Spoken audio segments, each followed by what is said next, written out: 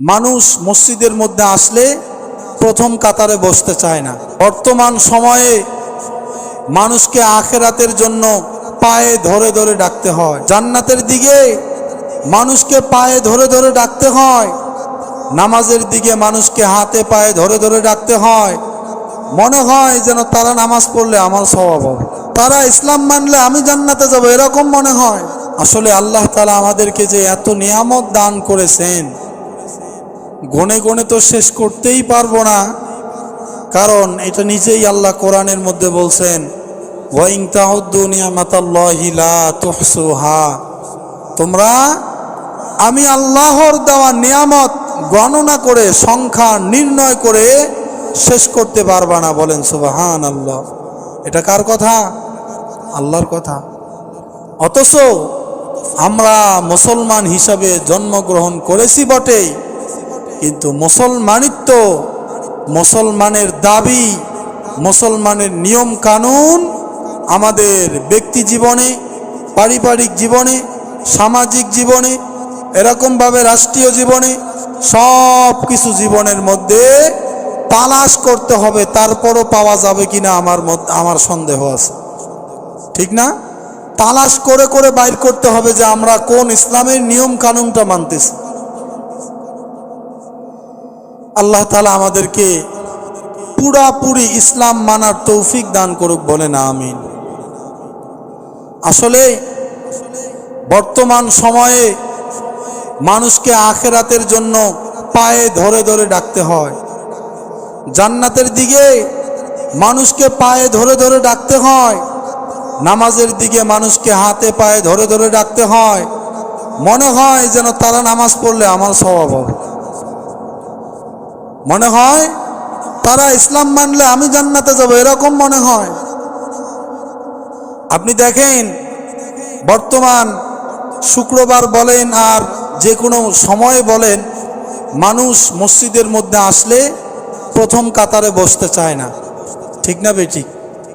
এর পিছনে কারণও আছে, যথেষ্ট কারণ আছে। কারণ তার লেবাসে ত্রুটি,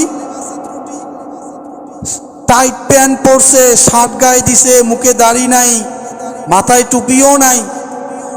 সে যদি সবার সামনে বসে, আরো 10 জন দেখে তো তাকে হাসাহাসি করবে, হয়তো তিনি এরকম মনে করেন।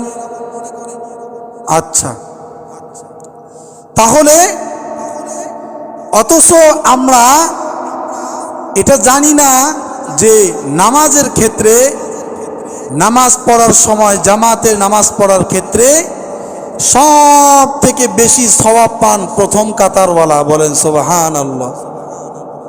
কোন কাতারওয়ালা? প্রথম কাতারওয়ালা সব থেকে বেশি সওয়াব পান। দ্বিতীয় সওয়াব কারা পান? বলে যে তার পরের কাতার, অর্থাৎ দ্বিতীয় কাতারওয়ালা। এরকম ভাবে তৃতীয়, চতুর্থ, পঞ্চম। কিন্তু আমাদের সমাজের চিত্র বড় ভিন্ন, যে নামাজের সময়, কাতার সোজা করার সময় মানুষকে ডেকে ডেকে সামনের কাতারে দাঁড় করানো লাগে। ঠিক না? অথচ আমাদের উচিত আর কর্তব্য আর নিয়ম হলো নিজে নেক আমল, নেক কাজ, নেকি অর্জনের ক্ষেত্রে, নেকি অর্জনের জন্য প্রতিযোগিতা করার দরকার ছিল। ঠিক না? আল্লাহ পাক রব্বুল আলামিন তো এই কথা নিজেই কোরআনের মধ্যে বলছেন, ওয়াসারিউ ইলা মাগফিরাতিম মির রাব্বিকুম, যে তোমরা তোমার রবের সন্তুষ্টির দিকে, তোমরা তোমার রবের মাগফিরাতের দিকে দৌড়াও।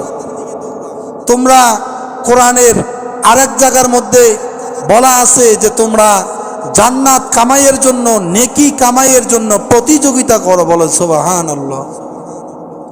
অথচ আমাদের সমাজ,